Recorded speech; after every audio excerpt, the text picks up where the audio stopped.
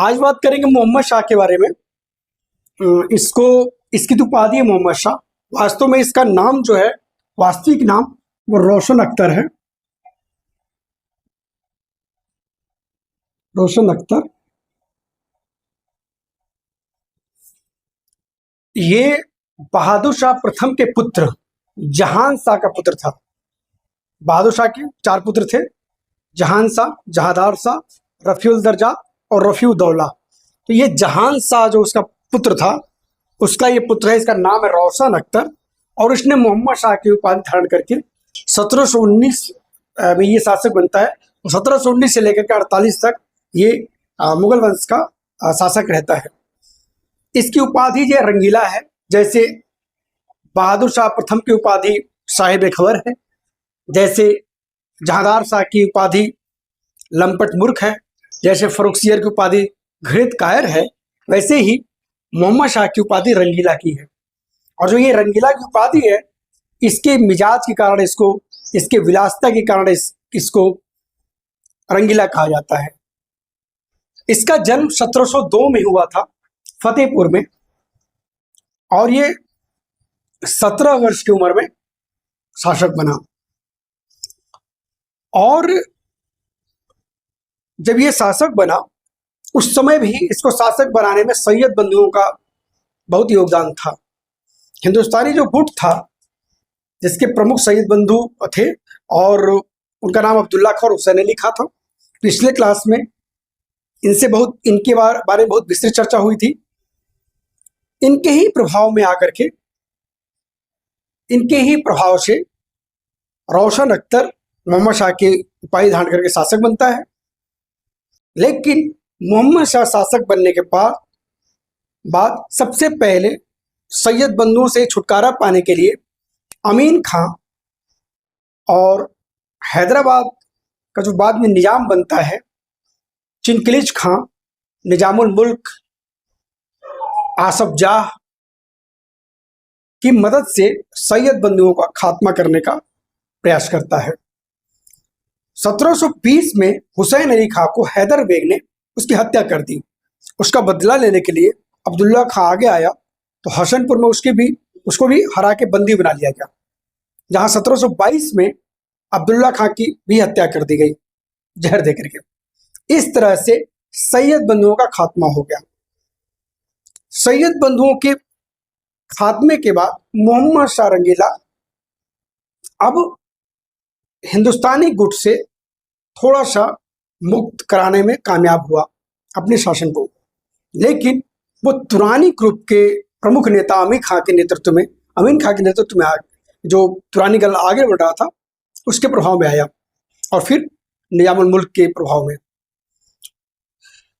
मोहम्मद शाह के शासनकाल की जो सबसे प्रमुख विशेषता रही, वो था मुगल साम्राज्य बहुत जल्दी से टूटने लगा।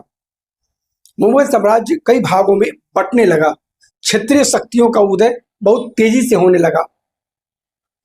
रियासतें जो थी, सूबा जो था, वो बहुत ही स्वतंत्र व्यवहार करने लगे, जिसमें चिनकिलिज खां के नेतृत्व में हैदराबाद,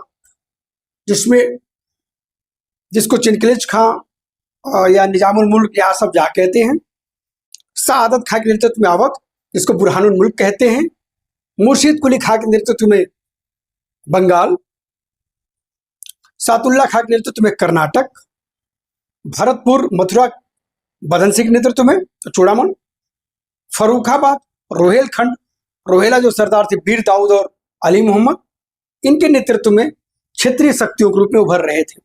इसके अलावा मराठे, राजपुताना, इनका भी बहुत तेजी से उद्भव हो रहा था। ये मोहम्मद शाह रंगीला के शासन में, यानी मुगल साम्राज्य का जो पतन था, वो बहुत ही तेजी से होने लगा, और ये बिखराव जो है वो एकदम असंभावी हो गया।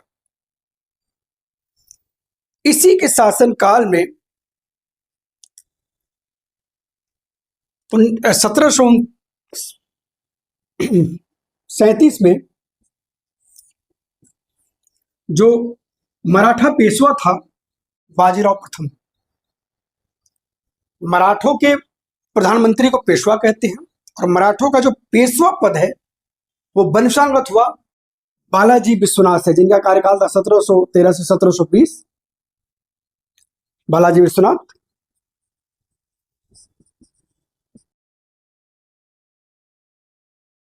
इसके बाद बाजीराव प्रथम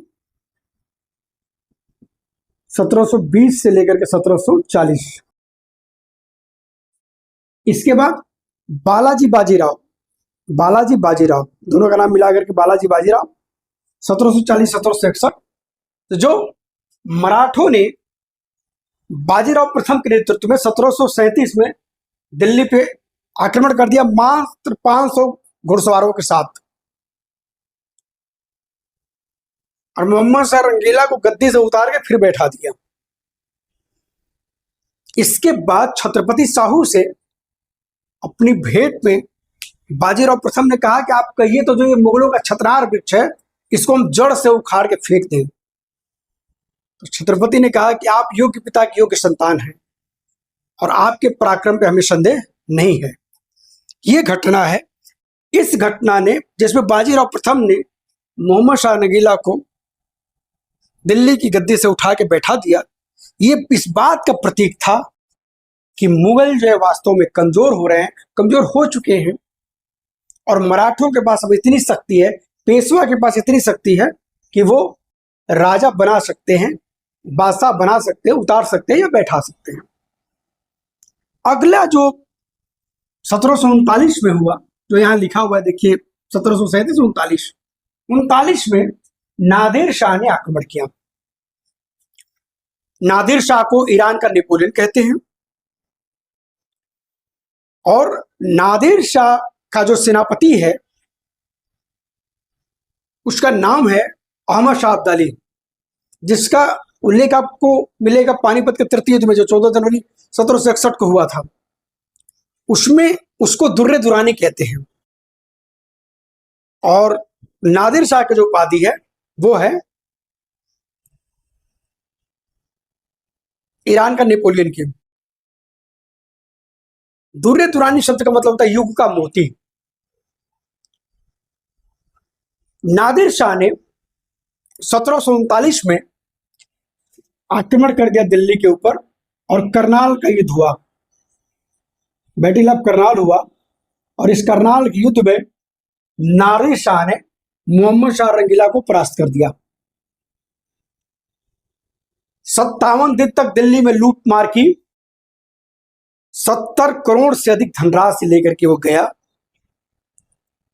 और मुगलों की बची हुई प्रतिष्ठा थी। नादिर शाह के आक्रमण ने, वायु आक्रमण ने मुगल वंश के खोखलापन को उजागर कर दिया सबके सामने।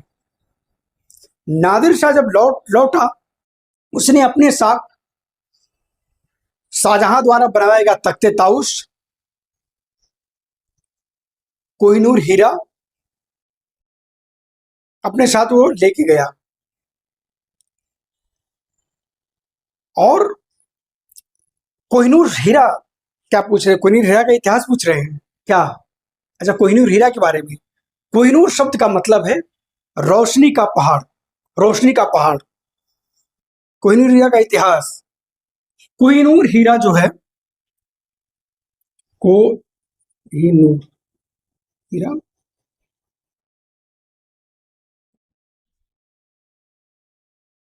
तकरीबन 800 साल पहले, 1200 के आसपास, वारंगल के काकतीय वंश द्वारा जब अलाउद्दीन खिलजी ने दक्षिण का अभियान कराया था मलिक काफूर के माध्यम से, तो पहली बार ये कोहिनूर हीरा अलाउद्दीन खिलजी को मिला था। काकतीय वंश वारंगल के, उनसे इनको प्राप्त हुआ था। ये आंध्र प्रदेश के गुंटूर के गोलकुंडा के खान से इसको ये मिली थी पहली बार। और ये जब मिली थी, कोहिनूर हीरा मिला था, तो 186 कैरेट का था, लेकिन जब इसको तराशा गया और तराशने के बाद ये 105.6 कैरेट का बचा, यानी तकरीबन कह लीजिए 21.6 ग्राम का इसका वो है कोहिनूर का। और ये अलाउद्दीन खिलजी से लेकर के ये सल्तनत काल के जो और शासक थे उनके पास रहा।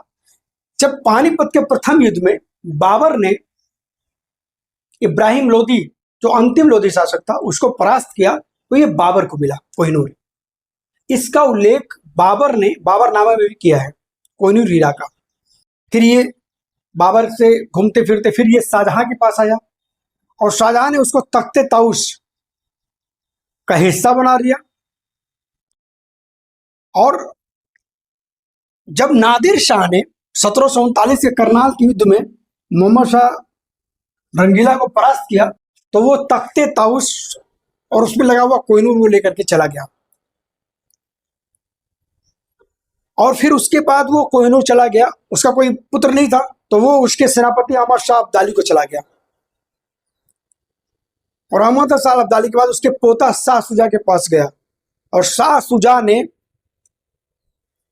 सिखों के राजा महाराजा रणजीत सिंह से सहायता प्राप्त करने के लिए कोहिनूर महाराजा रणजीत सिंह को भेंट कर दिया।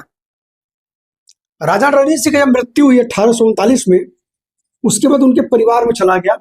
और 1849 में जब सेकेंड एंग्लो सिख वार हुआ, यानी द्वितीय आंग्ल पंजाब युद्ध, द्वितीय आंग्ल सिख युद्ध हुआ, उसके बाद डलहौजी को राजा दिलीप सिंह के द्वारा वो कोहिनूर मिला। उस कोहिनूर को डलहौजी ने महारानी विक्टोरिया को भेंट कर दिया और महारानी विक्टोरिया के मुकुट में उसको चढ़वा दिया गया। और 1 जनवरी 1877 में तत्कालीन ब्रिटिश प्रधानमंत्री लॉर्ड डिजरेली ने महारानी विक्टोरिया को भारत के साम्राज्य को जब घोषित किया, तो वही मुकुट पहनाया। और आज भी उसी महारानी के ताज में, मुकुट में, क्राउन में अभी भी वो कोहिनूर हीरा है। और फिर यार वो इंग्लैंड के म्यूजियम में रखा हुआ है। तो ये कोहिनूर हीरा का इतिहास रहा। क्या बता रहे थे हम? अच्छा, तो हम बता रहे थे कि कैसे करनाल के युद्ध में मोहम्मद शाह रंगीला को परास्त किया, नादिर शाह और तख्ते ताउस को मयूर सिंहासन भी कहते हैं। और कोहिनूर हीरा लेगा, और कोहिनूर हीरा का इतिहास आपको मैंने बताया। और अगर किसी बात के लिए जानते हैं मोहम्मद शाह रंगीला को, तो जजिया को अंतिम रूप से इसी ने समाप्त किया था। जजिया जो कर था, जजिया कर जो लोग देते थे उनको जिम्मी कहते थे। जजिया सबसे पहली बार 712 ईस्वी में मोहम्मद बिन कासिम ने लगाया था, और अंतिम बार जजिया समाप्त किया था इसी मोहम्मद शाह रंगीला ने, तकरीबन 1720 के। तो जजिया का इतिहास भी आके यही समाप्त होगा। और इसके अलावा उर्दू को राजकीय संरक्षण दिया इसने। मोहम्मद शाह रंगीला के समय में उर्दू का बहुत तेजी से विकास हुआ और उसको राज्य का संरक्षण मिला। उर्दू, इसके अलावा इसने जो बंगाल का जो फतेह चंद था, उसको जगत सेठ की उपाधि दी। जगत सेठ, ये जो फतेह चंद है, इसका उल्लेख जब 1757 का जब प्लासी का युद्ध हुआ होगा, 1756 की कालकोटरी घटना से लेकर 57 का प्लासी के युद्ध के बीच का जब इतिहास की बात होगी, तो ये फतेह चंद, जिसको जगत सेठ की उपाधि दी गई है, इसका नाम लिया जाएगा। और जो सबसे प्रमुख बात रही मोहम्मद शाह रंगीला के शासनकाल की, वो ये रही कि क्षेत्रीय शक्तियों का तो बहुत तेजी से विकास हुआ, मुगल साम्राज्य का पतन हुआ, विदेशी आक्रमण खूब हुए। इसी मोहम्मद शाह रंगीला के शासनकाल में ही जो व्यापारिक कंपनियां, British east India company, French east India company जो भारत आई थी, वो दक्षिण में अपने व्यापार के लिए सुपरमेसी के लिए आपस में उन्होंने युद्ध करना शुरू कर दिया। और 1748 में मोहम्मद शाह की मृत्यु हुई और उसका पुत्र अहमद शाह शासक बना। तो अगले लेक्चर में हम लोग अहमद शाह के ऊपर बात करेंगे, उसके बाद आलमगीर की बात करेंगे, उसके बाद शाह आलम द्वितीय की बात करेंगे, उसके बाद अकबर द्वितीय की बात करेंगे, उसके बाद बहादुर शाह जफर की बात करेंगे।